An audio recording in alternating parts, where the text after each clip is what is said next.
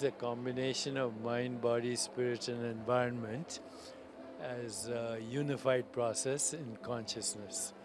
It's a return to homeostasis, which means self-regulation. And it is very significant in that it's the only thing that can help people with chronic disease.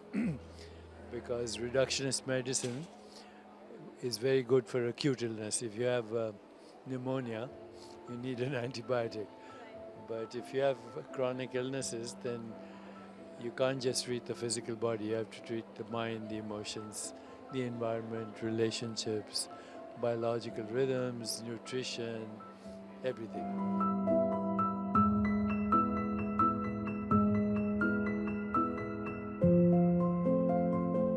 Well, my training is in medicine, internal medicine, and then I studied endocrinology and then neuroendocrinology and brain science.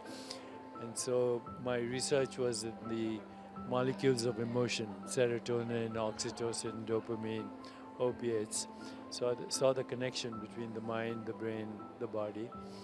And slowly that evolved into trying to figure out what consciousness is, because conscious is not the mind, it's not the body, it's not the emotions. It's that in which all experience occurs, including the mind.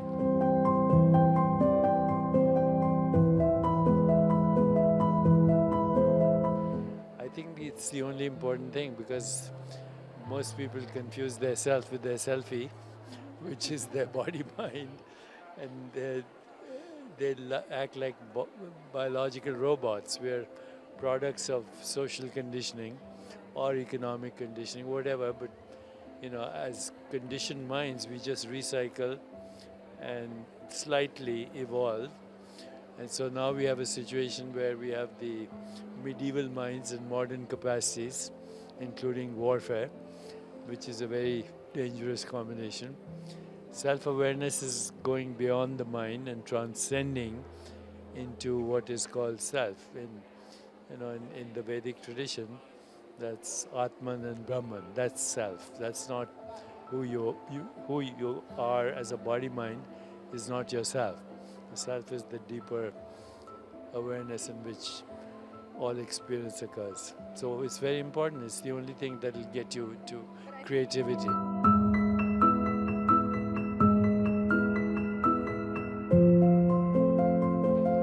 Yeah, I was once for a whole week, and the only companions I had were a few mice in my cabin in Utah.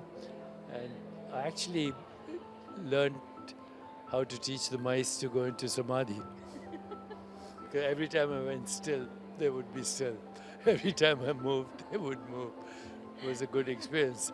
It's called interspecies communication.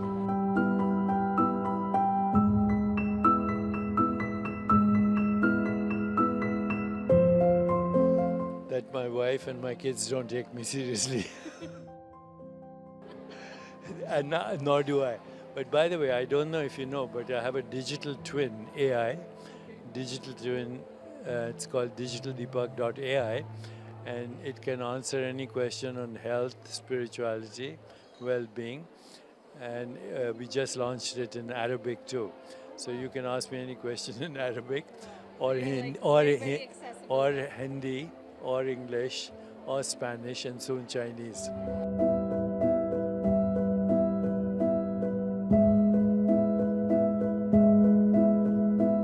I'm neurotic.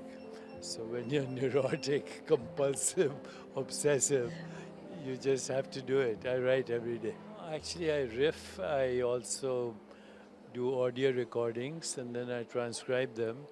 And these days I use a lot of editing through AI as well. I have a book on AI, you know that, right? Yes. Digital Dharma.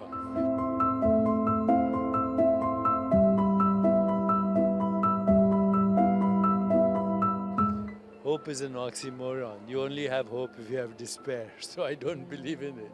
Realistic is not hope. Realistic is beyond hope and despair, it's creativity. And why I'm here is to harness the creative power of the divine feminine, Shakti.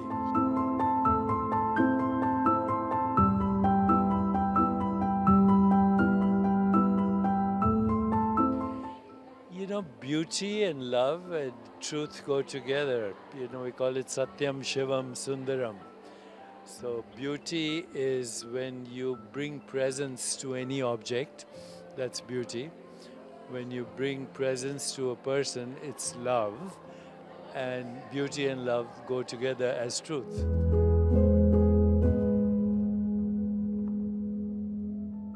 I think most people have confused themselves for their selfies.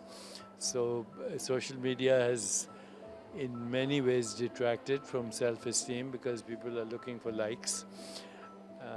But on the other hand, if you have good intentions, you can reach critical mass of people through social media.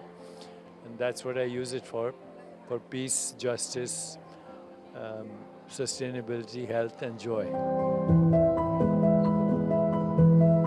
I don't know what that is. Actually, ego, E-G-O, edging God out.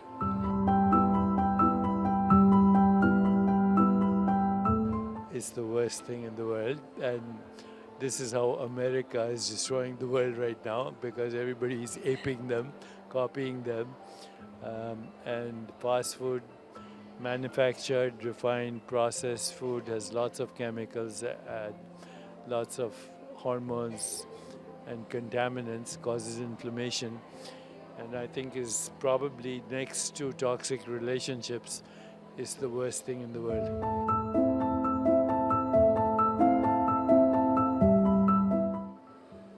It's the next revolution and it's going to go on. It's going to lead to things like already has. VR, AR, XR, immersive experiences, virtual reality, blockchain, and autonomous agents. It'll leapfrog our cultural and social evolution, but even our biological evolution.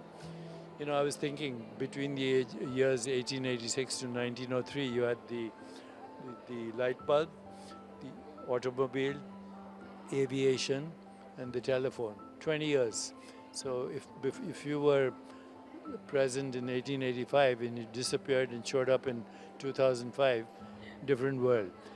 This cultural evolution right now and social evolution through AI is leading to a biological evolution will rewire our neural networks and leapfrog us to a new species, cyber-human, meta-human.